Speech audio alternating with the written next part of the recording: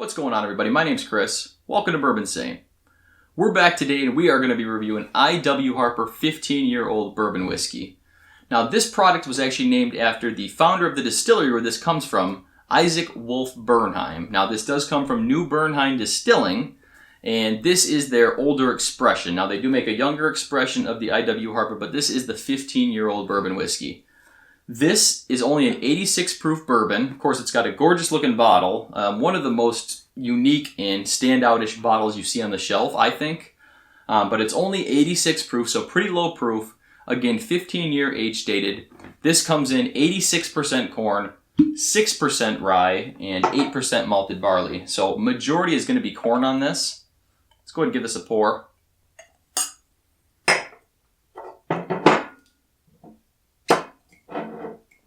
A lot of people I talk to are a big fan of this whiskey. Going into this myself, I am not a huge fan of this, and I'll get into why that is. But a lot of people I know really love this whiskey. So let's start out looking at the color on this.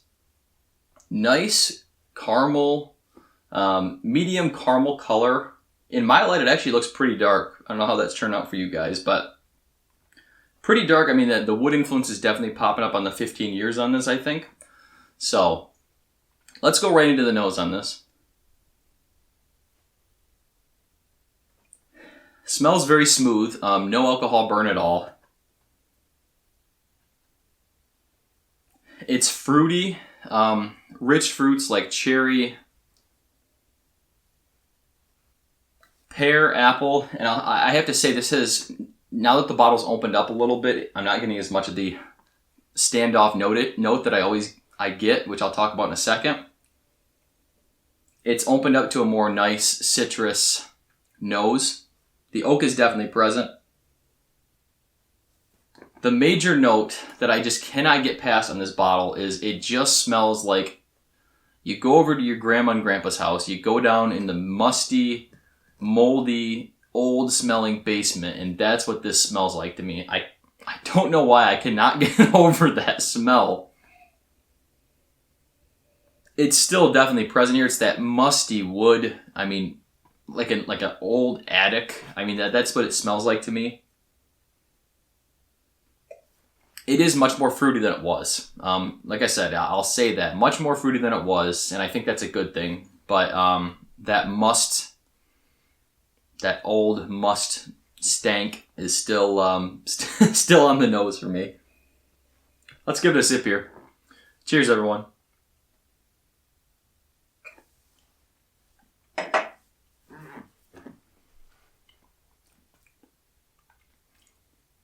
Tastes a lot better than it did in the beginning of the bottle. Once it reached about the halfway down the bottle mark, which is right about now, I think it improved a lot. The oak is there, but it's not as moldy and mildewy oak. It's more, nice, rich, sweet oak, if you will. More the sweet oak. I think the lower proof helps with that as well. I wish it was amplified in proof a little bit because the mouthfeel is almost non-existent. It hits your palate, it kind of just dissipates right when you swallow it down.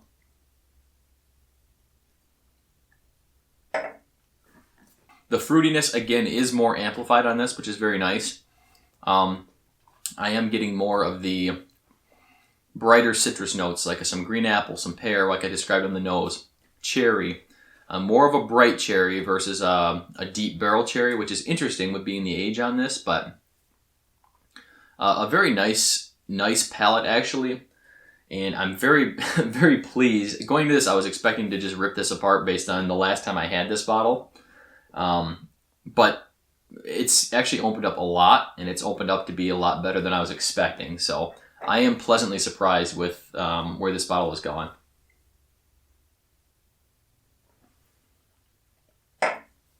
It's still got a little bit of that funk, that musty, mildewy funk, but it's very, very mellowed now. I would describe it more as like a sweet oak. And not the rich, deep barrel char oak, but more sweet oak. Like sweet caramel, vanilla with that oak balance in there. The problem to me is just the proof. Again, being 86, it's leaving me nothing. No Kentucky hug, no real finish, no real mouthfeel. So unfortunately, that's really where this bottle is lacking for me now. It's not as much that funk I was describing, which is good. So that's the big issue with me with this bottle. Another major issue with this bottle is it's a $75 to $80 bottle. Around here, I believe it's about $80 in Michigan. So that's a tough pill to swallow. Around that price point, you can get some really, really, really good bourbons and higher proof stuff that I prefer the flavor profile for myself. So that's an issue for me. I get it. I mean, I get why the price is so much. 15 years is a long time to sit on product and not put out any juice in that time frame.